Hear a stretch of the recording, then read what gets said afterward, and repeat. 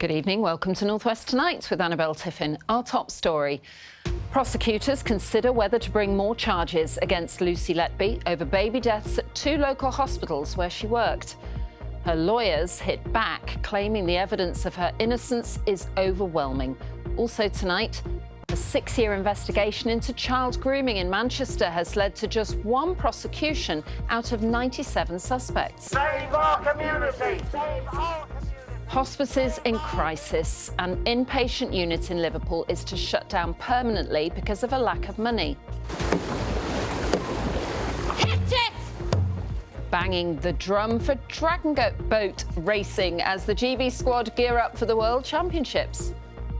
And we did have decent sunny spells today, and we are due some tomorrow, but for how long? Join me at the end of the programme. I'll have the full forecast for you.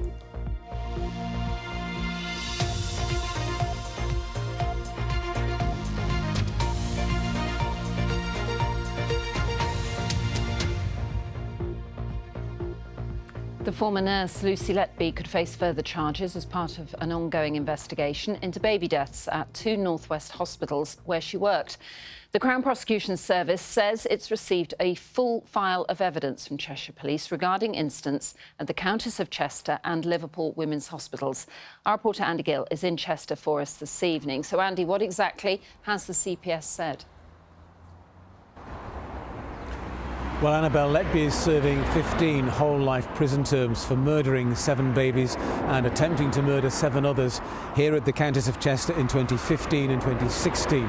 But police have been looking at events dating back to 2012, both here at Chester and at Liverpool Women's Hospital. And today, the Crown Prosecution Service said we can confirm we have received a full file of evidence from Cheshire Constabulary asking us to consider further allegations in relation to deaths and non-fatal collapses of babies at Chester and Liverpool. The CPS said we will now carefully consider the evidence to determine whether any new criminal charges should be brought. The statement didn't mention Letby by name, but we understand it does not relate to any new individuals. Andy, there is a high-profile campaign, though, isn't there, by people who think that Letby didn't get a fair trial. So what's been the reaction to this latest development? It is a high-profile campaign. It has high-profile backers, people like Sir Jeremy Hunt, the former Chancellor, who thinks her original convictions should be re-examined. That followed the findings of an international panel of experts appointed by Letby's defence team, which concluded, in their opinion, that no babies were deliberately harmed. Today, Letby's barrister said the evidence of her innocence was overwhelming, and he said that same panel would undermine any future prosecutions. This follows yesterday's news when police said 3 former senior managers here had been arrested on suspicion of gross negligence, manslaughter and released on bail pending further inquiries. The Thirlwall Public Inquiry, which is looking at how Letby was able to carry out her original crimes, is due to report in the new year. Today, a spokeswoman for the inquiry said it was not going to comment on today's news. Andy, thanks very much. Next tonight, the BBC has found that an operation targeting historical sexual exploitation of vulnerable children in Manchester has led to just 1 prosecution in the last 6 years, although 97 suspects were identified. The investigation, led by Greater Manchester Police and Manchester City Council, is focused on youngsters who were abused whilst in care. Anna Jameson has this report. Piccadilly Gardens. Central to Manchester's landscape and somewhat of a thorn in the side for Greater Manchester Police. We've come across young people that have been missing before. We've come across vulnerable people that have travelled from out of area. We'll just speak to the kids, make sure that they're OK. And it's here where once a month, uniformed and undercover officers do spot checks on people and surrounding hotels. Anything of interest? They mentioned that they contacted police around a month ago where they had an adult male that had snuck in a young female who, she was 17 years old, so they had cause to call the police. And they knew what to do? They phoned the police, which is what we could ask that they do, really. This approach might be helping today, but the City of Manchester has a dark history, which for many victims still hasn't been resolved. Are you okay, Chantal? Yeah, I'm fine. Chantel was 11 when she was placed into care under the watch of Manchester City Council. Speaking here in a recent Channel 4 documentary, Groomed: A National Scandal, Chantel tells of how she was abused by British Asian men in Manchester in the 2000s. One day it was like 11 men that all done something to me and they wouldn't let us go. I told the police on numerous occasions and there was never ever any follow-ups. Chantel was one of 57 girls identified as at risk of child sexual exploitation under Operation Augusta. The investigation also found 97 potential perpetrators, but it was abruptly shut down, a move that would lead to former detective constable turned whistleblower Maggie Oliver's resignation. They have been through the most horrific childhoods that you could imagine. They've got no reason to trust anybody. After the publication of the first part of an insurance review, authorities acknowledged they had fallen short in protecting victims in South Manchester. I want to say that I'm personally disgusted that these children were not cared for and the awful abuse they suffered. It launched Operation Green Jacket, where Manchester City Council would supply evidence to Greater Manchester Police and together right the wrongs of the past. Operation Green Jacket was supposed to be a fresh start for the authorities, but 6 years on, and with more than 100 police officers working on it, just one of those 97 alleged perpetrators has been convicted. It gives me no pleasure to say that I think it's been a failure. Chantel's been waiting 6 years. She attended ID Parade, I think 3 years ago. It shouldn't take 6 years. And Maggie Oliver has other concerns. I have spoken to an officer working on Operation Green Jacket who tells me that from the day Operation Green Jacket was put together, back in 2019, they were told that it was a PR exercise and there would be no charges.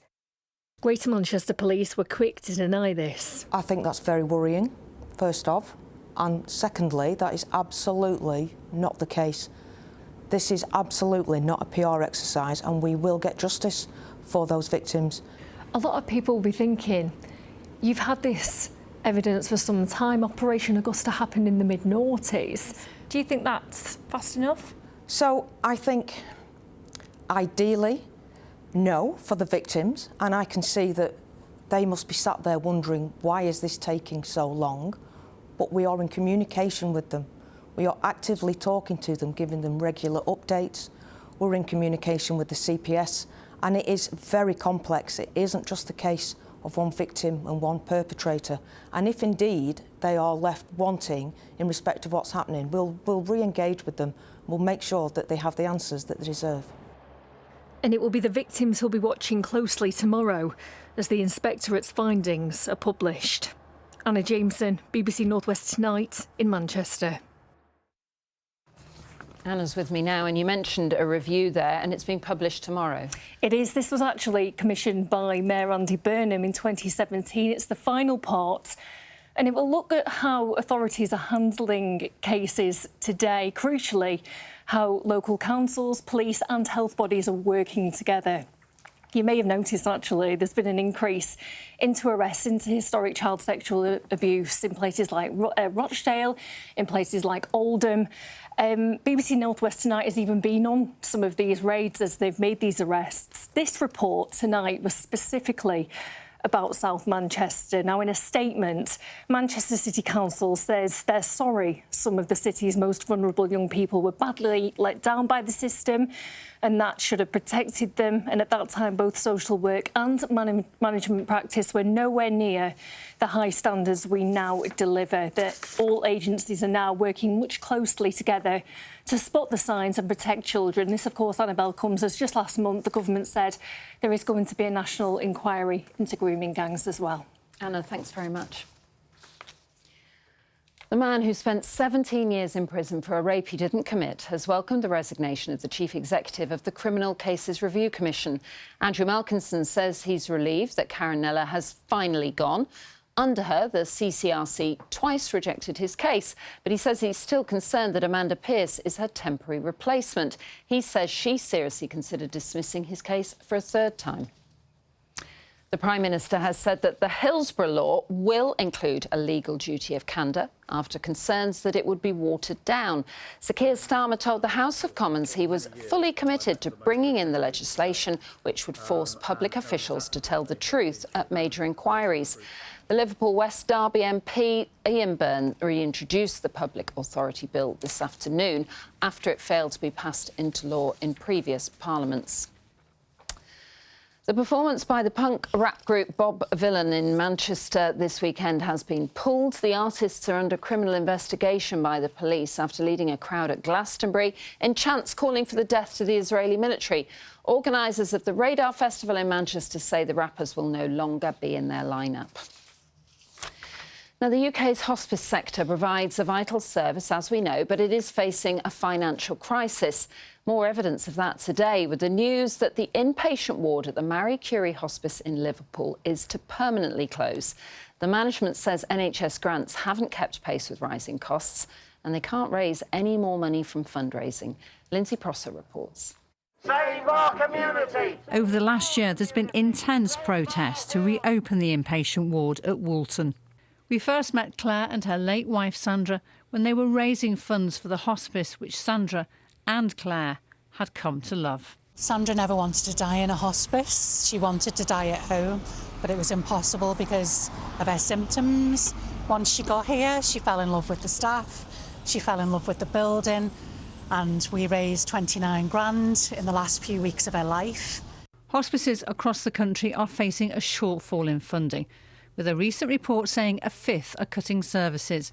Marie Curie says even with the NHS funding and the charitable donations it receives, it's £3 million short of the money it needs to run its inpatient ward. We have made available as much money as we possibly can do to support end-of-life care in Liverpool, but the costs of delivering care have exceeded the rate in which Marie Curie and the NHS can invest into these services, and that has created the deficit. Marie Curie says it's committed to providing the best end-of-life care for the people of Liverpool and is in talks with various organisations to work out how that care will be delivered. Every family's circumstances are different. Now, my mum, she only lived in a one-bedroom flat and we could not look after her. We couldn't do it. And to get her in the hospice, it took all the pressure off the family. And to lose this hospice is just devastating. The NHS funding at the Woolton Hospice is provided by NHS Cheshire and Merseyside. In a statement it says, the work to develop and agree a new clinical model, including the provision of inpatient beds, will be supported by a comprehensive diagnostic review of all palliative and end-of-life services in Liverpool. The protesters here want to be involved in that review and have also suggested setting up a community-owned organisation to run an inpatient ward at Woolton. We believe Marie Curie now, if they cannot run this ward, need to hand it back to the people of Merseyside so we can run it as an independent ward and hospice, so we can raise the funds, and so when local people donate, it goes straight to the patients. Keep fighting! We will! Lindsay Prosser, BBC North West Tonight, Liverpool. Now, as you probably know, last night the government won a vote on its benefits bill by 75 votes. 49 Labour MPs still voted against the bill, though, including 13 from the North West. One of those at the centre of the original rebellion was the MP for Oldham East, Debbie Abrahams. At the last moment, she changed her mind and she voted in favour of the bill. Well, earlier she told me that the government's final concessions had persuaded her. The key things was about the removal of 4 points that was in clause 5 of the bill, and to make basically to ensure that the PIP review that's going to be undertaken and co-produced with disabled people and their organisations, that should define what the new system should be, not to have it predetermined in a bill. This has all been a bit of a mess, really, hasn't it? It's been humiliating as well for Keir Starmer and the government. How do you all recover from this? I think there's an absolute recognition from the government that there needs to be a reset with backbenchers, and I'm really pleased about that. I believe there is, fundamental changes that we can all agree to that will mean that future policy is developed in conjunction with the PRP, and that we make sure that it works and that it's not going to hurt other people, which is what I was concerned about as far as this bill was concerned. Having said that, do you think that the Prime Minister has got things wrong, or is he being badly advised? I think there's a lot going on in the world, and as Keir himself has said, his focus has been very much on international affairs. Quite understandably, as we all know, international conflicts, where they exist, they affect us, and we need to make sure that we can have a stable international community so that we can all benefit from that. And as a consequence, there has been, I think, oversight, or the oversight rather that he had on this particular bill probably wasn't as in detail as he wanted. You were part of that negotiating team to get concessions. You've now got concessions, but basically the reform bill doesn't really have many reforms now, and it's not really going to save that much money. So what would you suggest is done now? Speaking to Peter Hain, who was a former Work and Pension Secretary, the New Deal for disabled people enabled disabled people to go into jobs, and they were sustained. And we need that sort of approach. Over the course of the life of the Parliament, we believe that those benefits can be, and those savings, by getting more disabled people off social security support, will be achieved. Debbie Abrahams, thank you very much for joining us. You're very welcome. Now, over the past couple of years, we have followed the Three Dads Walking campaign, the fathers whose daughters took their own lives, walking the UK to call for suicide prevention to be taught in schools. Well, the dads, including one from Cumbria and one from Greater Manchester, say a meeting with the Prime Minister yesterday means that they're now optimistic that changes will be made. Every step a step forward in the battle to stop more young people taking their own lives. The Three Dads Walking, Andy, Mike and Tim, were back in Westminster. This time another invite to Number 10 to meet the current Prime Minister and Education Secretary. I say it again now, I am humbled by what you are able to do. I have to say, as a dad with 2 kids, I don't know whether I could do what you are doing, to be perfectly honest. But it is really inspiring. The three dads each lost a daughter to suicide, and over 4 epic walks have highlighted the fact that suicide is the biggest killer of under 35s. And they've been campaigning for suicide prevention to be a compulsory part of the national curriculum. Yesterday's meeting seemed to be a turning point. At times it's felt like we were bashing our head against a brick wall.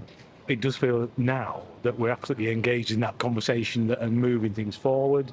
It's small steps all the time, yeah, and it is a super tanker that we're trying to move. Is there some frustration that we're still where we are now? The message we've sent out most recently is the time for more discussion or more conversations or more research is over, and now we need to act. So we're getting so close to something actually happening. I think the government's really starting to get it now. We need to invest in our future. That's our young people, keeping them safe. And whilst it seems they might be heading towards the end of their campaign, they know their work won't be over. You know what it's been like with us. It's just that focus on biggest killer, biggest risk to our young people. Why don't we talk to them about it? So it's all we've done is ask that same question time after time after time, and we've got to a point where there's the potential of the change coming forward in the curriculum. But that's not the end. That's actually only the beginning. That is the beginning. It's like when we crossed the line in Sholdham. What's it like to have finished? We haven't finished. Yeah.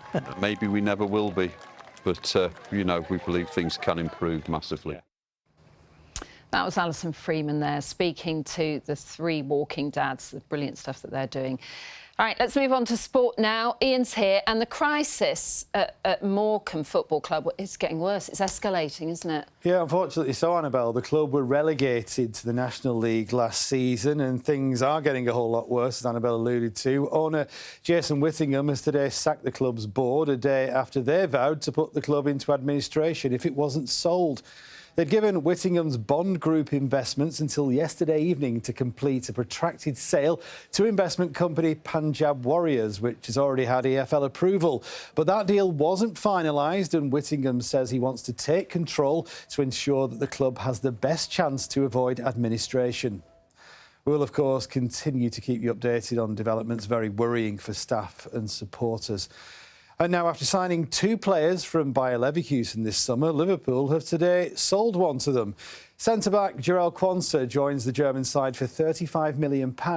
He made 13 Premier League appearances as Liverpool won the title last season. Elsewhere, Everton defender Jared Branthwaite has signed a new 5-year contract amid interest from other Premier League clubs. And ahead of England's first game of the Women's Euros, 2022 Euros winner Chloe Kelly has left Manchester City for Arsenal after a successful loan spell.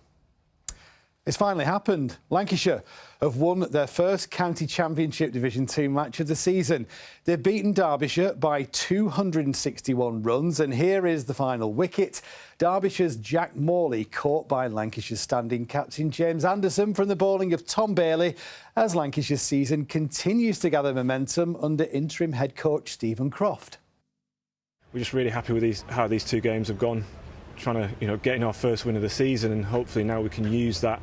I think winning is a habit, and we've not had that this year in 4-day cricket. So to have that now, hopefully that will give us belief to go and win some more games. Well, he got his first win in a Grand Slam on Monday, but Billy Harris's Wimbledon is over at the second round stage. The world number 151 from the Isle of Man has been beaten in the last hour or so in straight sets by Nuno Borges of Portugal, losing the final set on a tie-break. But as he said in commentary, he's given so much and can reflect on a very good week. OK, well, having originated in China around 2,000 years ago, dragon boat racing is finally entering the global mainstream of sport, a demonstration sport at last year's Olympics. There are now hopes it could go on to become an official Olympic event. And if it does, members of Liverpool's Amethyst Dragon Boat Club are likely to feature. This is dragon boat racing, one of the country's fastest growing participation sports. At the forefront is the Amethyst Club in Liverpool. Remember, you've got to force the paddle into the water with the lean. In 1988, I got invited to go to China. Got watched in my first event by 200,000 Chinese people. Got absolutely blown away by it. Came back and I said, we've just got to get involved in this. We had a canoe club at the time, and we converted the canoe club into a dragon boat club, and what we've tried to do is to make Amethyst mean excellence in dragon boating. So much so, many of the club are now Germany bound for the World Championships. Nearly 7,000 athletes will be turning out for this one, and we'll be taking a squad ourselves of over 200 athletes in different groups. It's going to be a fantastic event. From David Bangs to a woman who bangs as the drummer. As a friend at work, she did actually pester me for a while, and I was like, I'd never heard of it. I said, go on, I'll give it a go. But then as soon as I sat on the water, I just absolutely loved it. It's just the calm of the water, and I just thought, oh, this is my sport. And then I just didn't look back. Many teammates have also become international competitors, honing their talents at the Liverpool Water Sports Centre, which is run by the Local Solutions charity. It's just that sense of connected with the whole boat through the drum. Just working together. With it being a Chinese sport, it kind of a connection to my own heritage, being British born, but obviously, kind of having more understanding of my own community.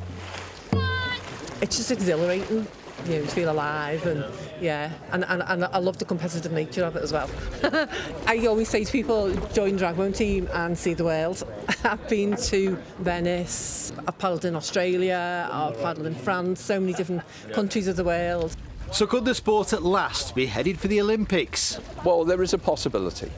It won't be in this form, it'll be smaller boats with smaller numbers of people. The biggest problem that we've got is that we're still totally amateur. We don't tend to get that sort of big sponsorship. That we need to try and do is to get greater coverage so we're understood by the sporting community more. The World Championships begin in Brandenburg on July 14th. Dragon boat across the Mersey, Annabelle. How about that for a sport, eh?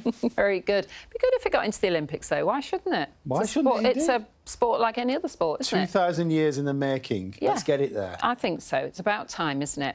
Right, it is now time It's almost as good as your bang link there, isn't it? It Bangs, is now bangs time for the weather. The weather. We keep hearing on the telly that it's scorching hot and blue skies, but not here. Not here. It's much fresher here, isn't it? But we have had decent weather today, and it has felt quite pleasant in that sunshine. It was a cloudy start, though, in Fleetwood, and actually this cloud was pretty stubborn in most places and did take quite a while to shift. But some blue skies and feeling really nice in the sunshine. If you did see it, thank you very much for sending your photos in. So tomorrow then, it's looking like a bit of a reverse in terms of the...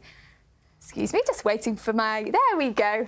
So tomorrow, it's a bit of a change in terms of the order of sunshine. So today it started off cloudy and turned brighter, and tomorrow it's going to be a bright start and then quickly it will cloud over. But a mostly dry day again, a fresh feel like Annabelle said, and some showers as well out there, but not everywhere. Overnight tonight we are going to have a cold front coming in when that graphic works. There we go, not winning today, am I? This cold front is going to come in, it's going to produce some rain but not large amounts. It's actually at the weekend where we do see the bulk of the wet weather. Overnight tonight, it is going to stay mainly dry and fine, apart from the odd isolated shower. A fresher night than past nights, so we're looking at an average temperature of around 8 degrees Celsius. So tomorrow, as I mentioned, it is going to be a fair bit of sunshine to start, but then it will start to cloud over and we will get highs of around 20 degrees Celsius. A few showers about as well, and highs of 20 degrees Celsius, as I mentioned. Thursday, a cloudy start, but then we will see a bit more wet weather as we head into the back end of Friday. And that is going to stick around, unfortunately, as we head into the weekend too. It's not going to be a complete washout. There will be drier periods in there as well, but a fair bit of wet weather you can see. And it is going to cool off ever so slightly as well, and turning a little bit brighter as we head into the start of next week. Annabelle. Thank you. I do. Every time I'm on the sofa I was with going to you, say, is it? Am I the bad jinx? Maybe. Because you're absolutely word perfect, and then suddenly I sit here and all your graphics don't worry about it. mess up, Right. don't they? Yeah. I mean, we could blame Ian, but he wasn't here last time. I like to blame Ian if I can. You know what? People are still coming up to me. I had a malfunction the other week and cocked up.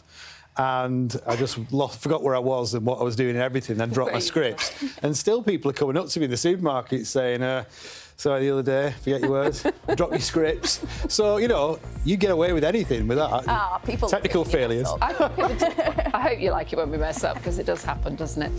Thanks very much for watching. Bye-bye.